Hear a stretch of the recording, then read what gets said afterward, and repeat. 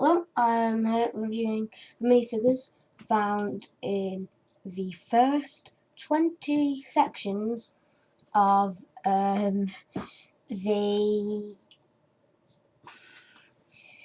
Lego Star Wars Advent Calendar, and I'm going to do a complete video for all 4 of the things after 20, but at the moment I am going to show you the minifigures we've got so far. Okay, so we have got Snow Trooper. I already have one of these. We have got a Rebel Trooper, Hoth Rebel Trooper, which I've already got.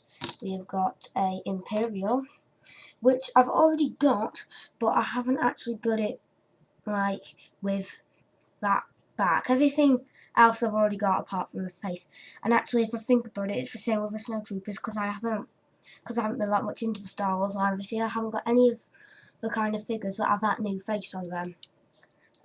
Well, I've bought some Clone Wars stuff this year, but that kind of stuff.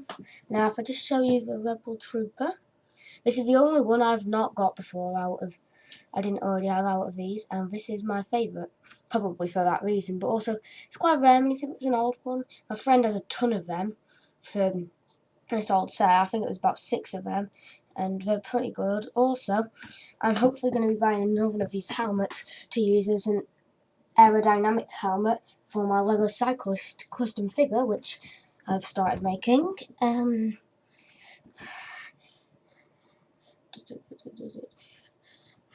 This is Security Droid. I already have one of these. You know that I got ages ago at the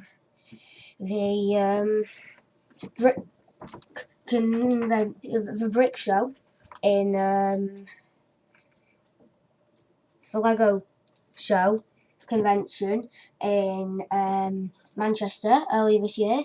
You know, the biggest Lego convention in the United Kingdom, possibly Europe, I can't remember exactly. This is a good one. This is a slightly rarer one because this only comes in one set really, but I happen to have that set. And those are the minifigures that come in the first 20 sections of the Advent Calendar. I think, if my guess is correct, there'll be about 3 in the next 4, and so probably 1 vehicle or something, or possibly we might get a Christmas tree again like we did last year. So, you know, I think I've pretty much figured out what's going to be in the last 4, just don't have a clue what order. And also there's only 2 of the minifigures that I've really been able to figure out. I just know that there's going to be another one, sort of thing. And that's all I have to say on minifigures. Bye. Okay, now I'm going to review all of the minifig scale extra things. So we have a gun weapon pack, a separatist weapon pack, or Trade Federation, because I think it's based around the episode 1 time. We have this little Rebel Trooper weapon, and a Gonk Droid. Now, a Gonk Droid is something I was really excited to get in this, because Gonk Droids are pretty awesome, like. Even though they are only brick built, I would still maybe class this as a minifig, I don't know. I mean, obviously I didn't put it in the minifigure review, but, you know. And this shield here as well, I've already got one of these. I mean, in the actual gun set, instead of a spear with the shield, it comes with a stick that you can launch one of the plasma ball things from. But instead in this one, it's got a spear and it's got a plasma ball catapult thing. Similar to the Lord of the Rings catapults. I don't think we've seen these in Star Wars before. Really, actually, I think they were in the Rebel Trooper base, but I'm not too sure. But we see these a lot in the Lord of the Rings and the Hobbit sets, and obviously the Harry Potter ones as well, originally, where they came from, even though that's quite a while ago now.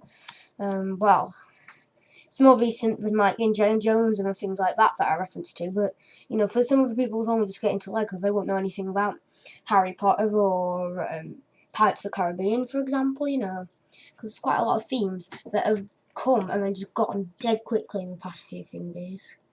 And this is the Rebel Trooper thing, so you can get a Rebel Trooper, obviously, this guy to hold that, and yeah. And then the Gonk Droid is pretty cool, has little feet on the bottom. Although the feet don't come separate, they can sort of like twist about. So the Gonk Droid can do a bit of a dance.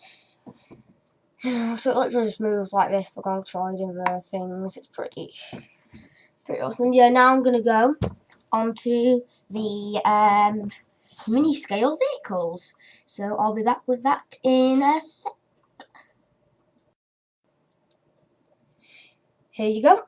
Here are the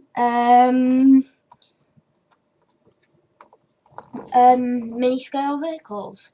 Now I'm going to separate them up into teams and show you them like that. So if I just get, first I'm going to gather up all of the Imperial ones. Let me look. Not sure what this is. This may be Imperial. I don't know. I'll review this separately because I really don't know what it is. It took me long enough to figure out what that one was actually, but I have done that. Anyway, so here we get an AT, which obviously is a really cool thing from the films. You know, dead, iconic thing. And I may do a little scene with these stuff, I really don't know. I haven't planned anything, but I always thought it might be a nice idea to do a little scene with the mini scale stuff. You also get an Imperial Star Destroyer, you know. Sort of flies over.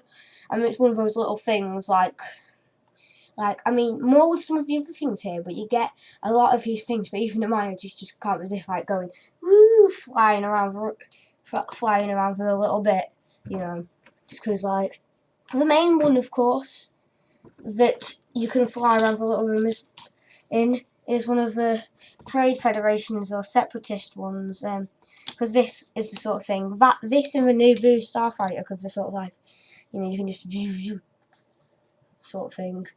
It just gets really... Anyway, these are a bit... So, they can get on a line easily, and it kind of makes it annoying because you want to get them perfectly straight, but it's really difficult to. Now, the MTT, Trade Federation Tank, that's obviously a big bit of all the Episode 1 stuff, just simply because it's like... That's the thing, in the big Naboo battle, that's like the main sort of thing, isn't it? But it's just, you know, letting all the droids get out and stuff. This is General Grievous Starfighter. It goes... Yeah, another little fly around the room one.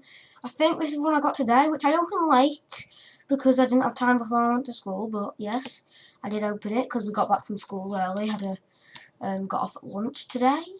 Anyway, and then other ones left, as you can tell, Naboo ones. We get, right, I'm going to start off with a Naboo fighter because this looks really good, may I just say. It looks proper like a Naboo fighter mini scale. It's exactly what I'd imagine a mini scale version of a Naboo fighter to look like. It is really, really top notch.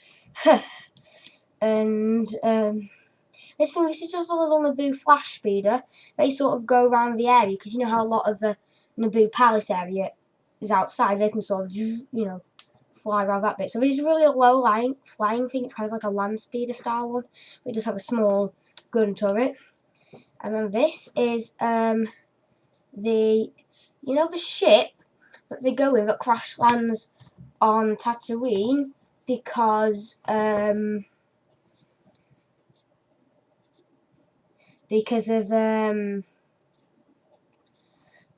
engine stops working in Episode 1 of The Phantom Menace, which is not a good film, and I will not recommend. I refuse to recommend that film. But anyway, basically, this is that ship. This is the Naboo fighter thing, the fancy one that Padme and that go in for Queen Naboo.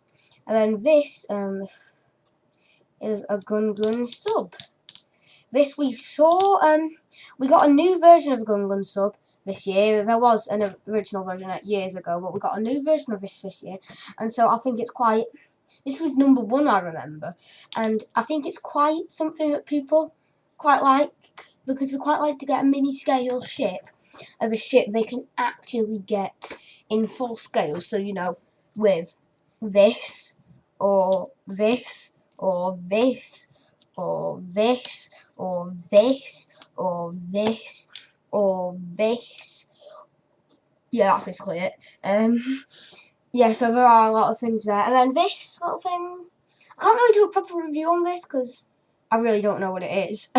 Someone's gonna have to tell me about it in the comments. I mean, I'll go on like a website tonight and find out what it is because it has a big thing on there for each advent calendar thing, and you can sort of use that to figure it out. I think this bit on the front may be a gun of some kind, but like I said, I really can't say much because I don't have a clue. So that's all I have to say on these. Thank you for listening and goodbye.